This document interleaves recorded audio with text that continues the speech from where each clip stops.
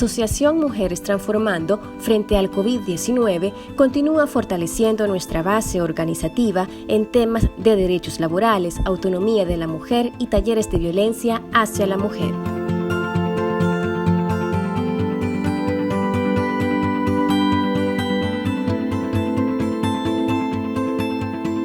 Buen día, compañeras, deseo que se encuentren muy bien. Desde Mujeres Transformando estamos queriendo llegar hacia sus hogares porque ustedes saben que por esta pandemia todavía no podemos reunirnos. Así que por esta vía estaremos durante quizás algunas semanas encontrándonos y esperamos que esta jornada sea para ustedes muy beneficiosa. El tema del que hoy les voy a hablar es las funciones de los órganos del Estado de El Salvador. Y bueno, el objetivo principal es que ustedes conozcan las funciones de cada uno de los órganos que rigen El Salvador. Como primer punto decía, vamos a hablar un poco sobre la Constitución. Como ustedes saben, la Constitución es la ley principal de El Salvador y primordialmente la que prevalece sobre todas las legislaciones que tiene el país. Para esto vamos a dar un concepto de lo que debemos entender por Constitución. Entonces decimos que la Constitución es el máximo ordenamiento jurídico del cual el país debe someterse todos los residentes del país, pero también todas las instituciones que rigen o que están como llevando las riendas de este país, ¿verdad? Y entonces para eso podemos decir que la Constitución también manda que haya en el país un Estado de Derecho. ¿Qué queremos decir o qué implica que haya un Estado de Derecho? Implica que este punto es aquel donde las autoridades se rigen y están sometidas a todas las leyes. Y para esto tenemos que tener tres principios básicos. Entre estos podemos ver la legalidad, la seguridad jurídica y el debido proceso, ¿verdad? Entonces pasamos un poco ya más al tema porque tenemos que tener claro que en la estricta división de los poderes radica la garantía de una organización del país. Entonces para esto vamos a hablar específicamente de los órganos del gobierno. Hay muchos órganos según la Constitución, pero para el taller vamos a hablar específicamente de tres. Entonces, vamos a hablar del primer órgano y este es el órgano legislativo. Según la Constitución, el órgano legislativo es el cuerpo colegiado compuesto por diputados, elegidos de una forma que se expresa en la Constitución. Esta específicamente es las elecciones y que expresamente su atribución es la de legislar. ¿Qué significa esto? La creación y la aprobación de leyes. Vamos a hablar específicamente de las funciones. Según el artículo 121, como les decía, tienes 38 atribuciones, pero para el caso no vamos a ahondar en todas porque no terminaríamos ahora, ¿verdad, compañeras? Entonces quizás vamos a hablar un poco de las más como interesantes para que recordemos toda la situación que ha pasado durante esta pandemia. Entonces vamos a decir que como les había dicho antes, la principal función de la Asamblea Legislativa o de los diputados para este caso es decretar, interpretar, auténticamente reformar y derogar leyes, ya sea leyes secundarias, reglamentos, decretos, etc. También lo que le implica a la Asamblea Legislativa ratificar los tratados o pactos que celebre el Ejecutivo con otros estados u organismos internacionales o denegar su ratificación. Para este caso podemos poner el ejemplo del convenio 177 de la OIT que nosotras como Mujeres Transformando estamos empujando para que sea ratificado y aprobado. También lo que le compete a la Asamblea Legislativa es decretar el presupuesto de ingresos y egresos de la administración pública, así como sus reformas. ¿Qué quiere decir esto?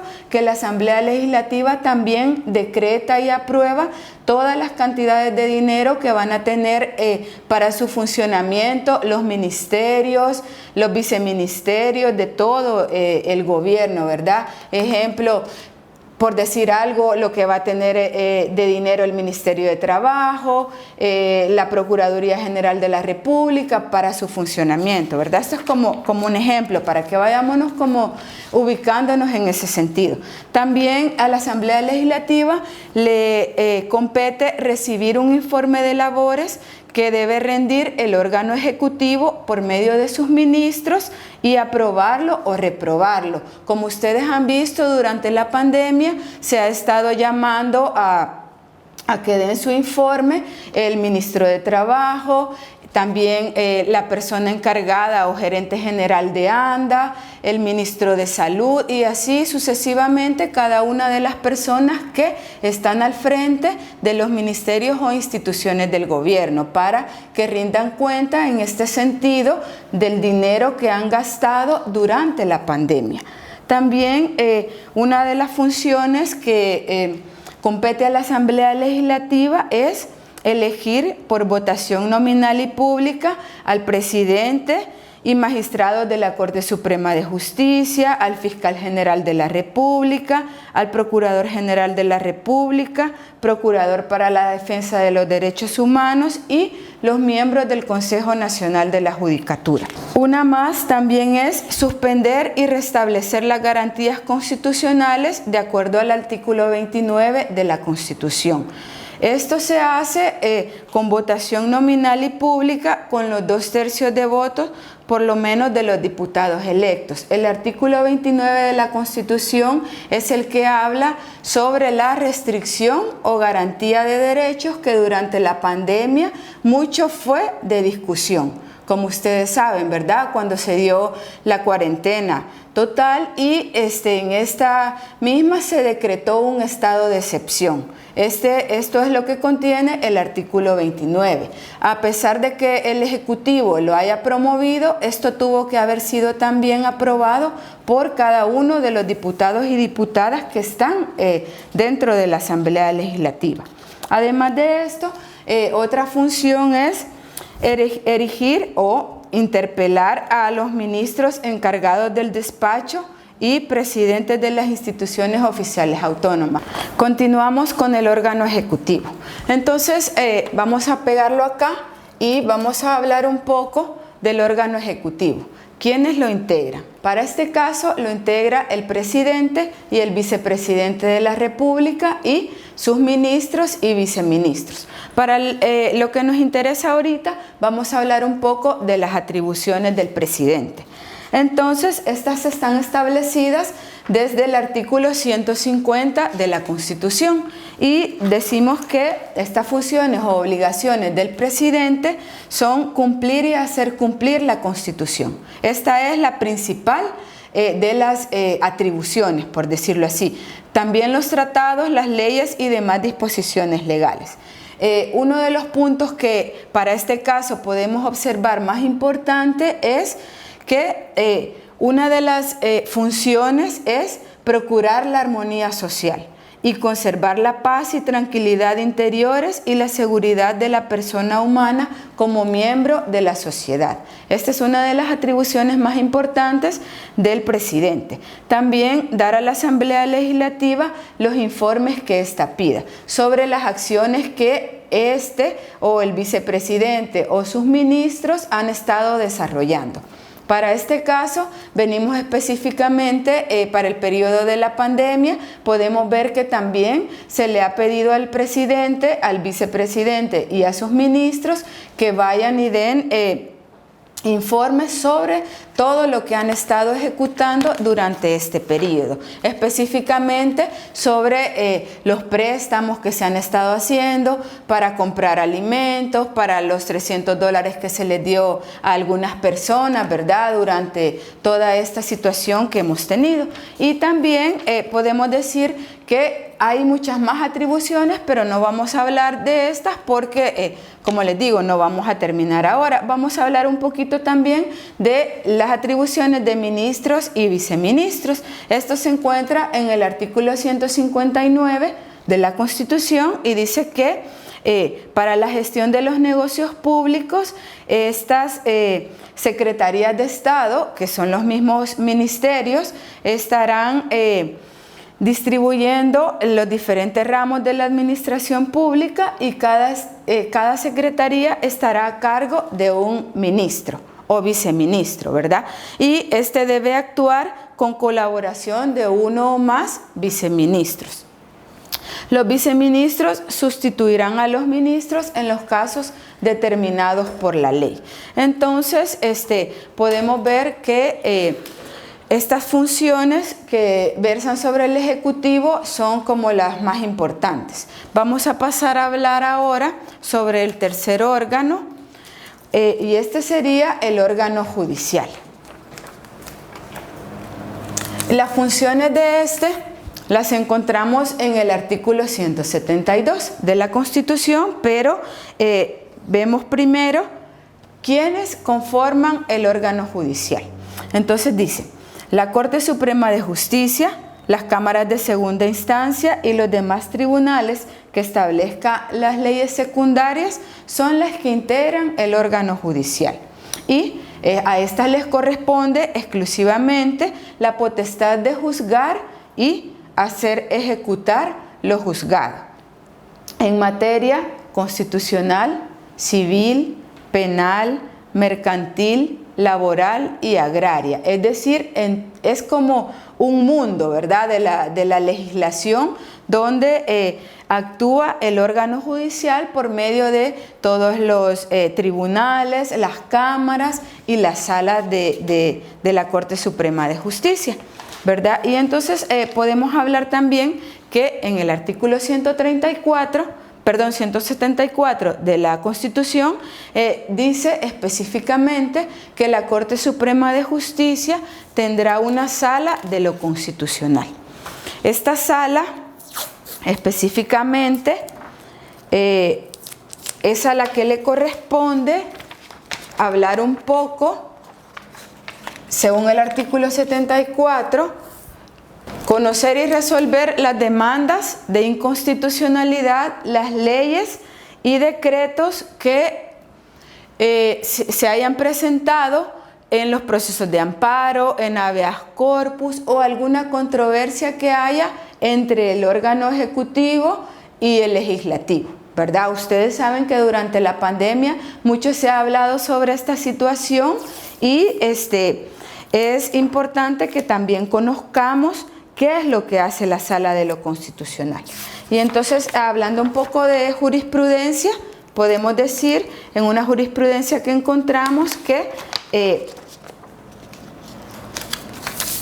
la naturaleza de la Sala de lo Constitucional como función, digamos, es una institución cuya finalidad primordial es remediar las infracciones lesivas a los derechos constitucionales que pudieran cometer o cometieran las autoridades o funcionarios del Estado en el ejercicio de sus funciones. Entonces, específicamente, podemos ver que la sala es una de las, digamos, integrantes del órgano judicial, pero que sobre ella versa situaciones muy, por decirlo así, como muy específicas, muy fuertes, porque tiene que dirimir conflictos entre órganos del Estado. Esta es una de las, digamos, de las funciones más importantes que, la Sala de lo Constitucional tiene. También, por decir algo, otra de las